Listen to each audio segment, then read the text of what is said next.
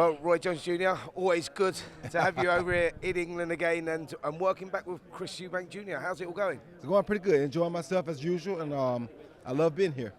Yeah, listen, Roy, I'm going to ask you about your relationship with Chris. It goes back some time now, and we've seen the adjustments in Chris's style. Last time out against Liam Williams, I saw a lot of Roy Jones Jr. there, you know, glimpses of brilliance, inside work, etc. Have you still been working on that stuff with him, and will we see something different on Saturday night?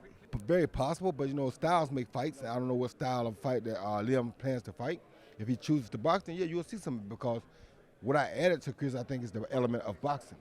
Brawling and just fighting normally, he already had that. You probably won't see some of it, because I do try to change some things he do to make him a better fighter down the line.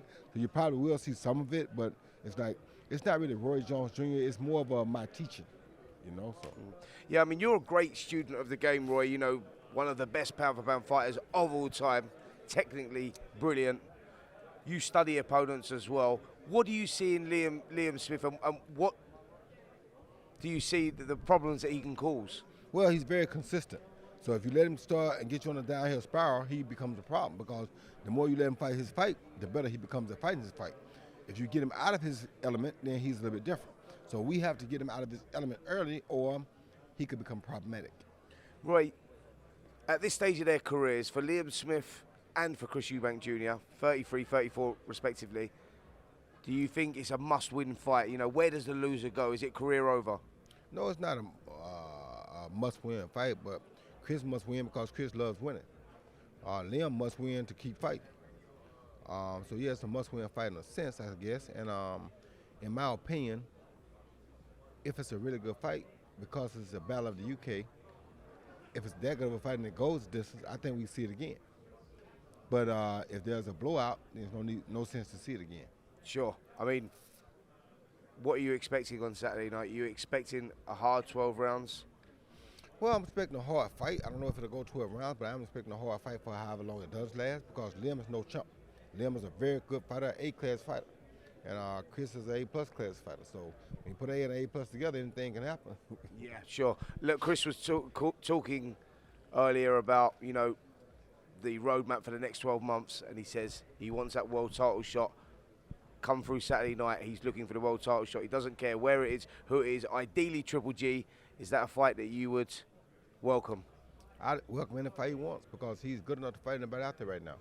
I mean, I would welcome any fight he says he wants, or any fight that he can land, because that's what kind of athlete he is. So I think he's superb enough in all that he does and all of his learning to fight anybody. You know, I think he's become a complete fighter now, and he can do anything at any time, so he can fight anybody. Just how good is he, Roy? Because you've worked with good fighters over the years. Just have we seen the best of Chris Eubank Jr. yet? And just how much more do you think we're going to see? You haven't seen the best of him yet, because there's so much to him that we haven't seen. So many things that he can do that you haven't seen yet. And that's why I like working with him, because there's not many fighters that can capture what I teach and can go out and actually execute it. He can execute everything I teach. So it's so much that I've taught him that he hasn't had the opportunity to use yet.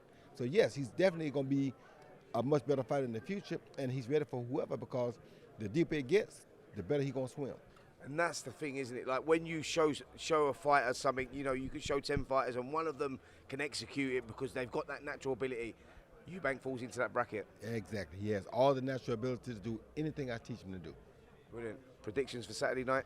I think it's going to be a late stoppage, but you know, it all depends on what happens. If there's a hand injury, then he probably has to, you know, outbox him at the end like he did Liam Williams. But if his hands don't get injured, I think it'll be late stoppage. Is that a problem? The hands? Sometimes. I know he had a problem last time against Liam Williams. That's 12 months ago. Have they healed okay? They healed good now. I don't think he'll have a problem again, but when you punch the way I teach to punch, and with the velocity and speed that he has, woo, it's rough on your hands, you understand me? So this dude, he already can punch, but now we got him turning all of them over. So every time he lands with those knuckles, it becomes problematic too to your hands. So, Roy, as always, it's a pleasure. Thanks so much for your time. Thank you, my brother.